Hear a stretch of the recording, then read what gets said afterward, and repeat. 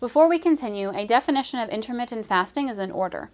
Intermittent fasting, or IF, is a blanket term for a variety of eating plans that cycle between fasting and not fasting for a limited time. It is not going without food for extended periods, weeks or months. There are several types of IF. Here is a brief description of the most common approaches. There are several methods of intermittent fasting.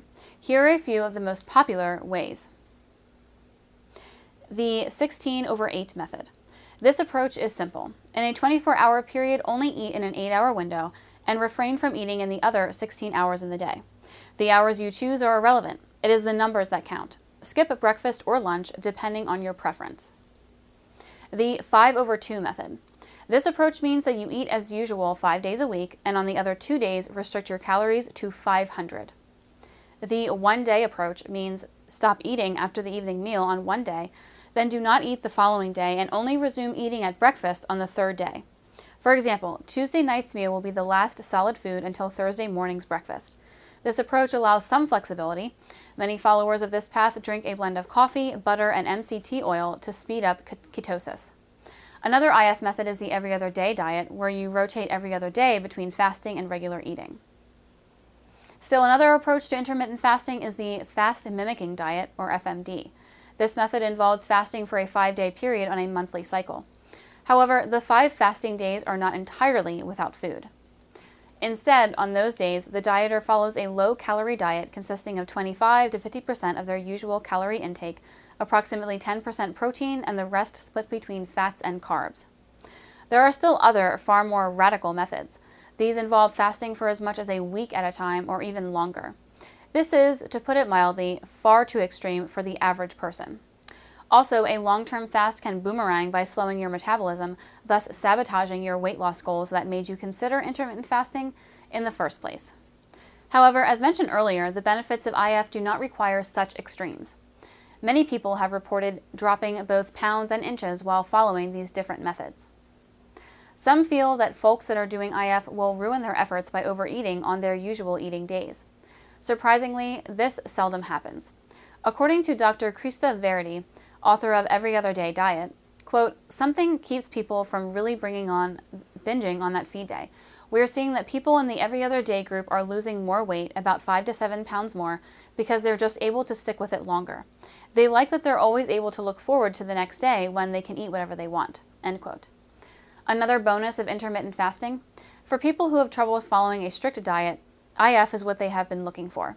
They don't have to stress over what they can't eat and what they are allowed to eat. They only need to focus on staying on their IF schedule.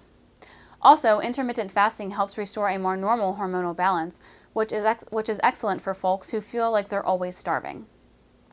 IF excels at helping folks lose that stubborn fat and those last few diet-resistant pounds. Still, another benefit of intermittent fasting is that some of the time during the fast is spent sleeping, which also boosts growth hormone. Intermittent fasting is also convenient. There are no dramatic revisions to your existing eating habits. You just choose a day or two during the week to restrict your calories.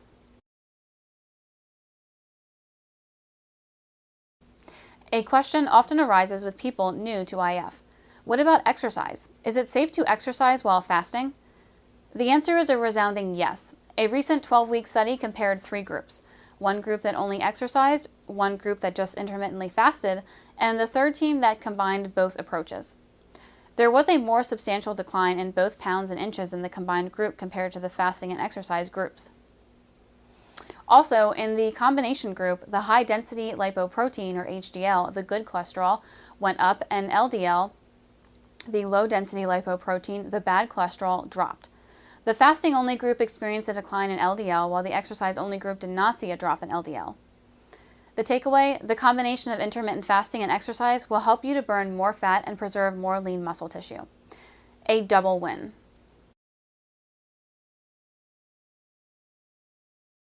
In spite of its many potential benefits, intermittent fasting is not for everyone. If you love to gorge on refined carbohydrates, you are probably experiencing a rise in your blood sugar levels along with an insulin spike. This means that you could be challenged on fasting days by hunger and irritability.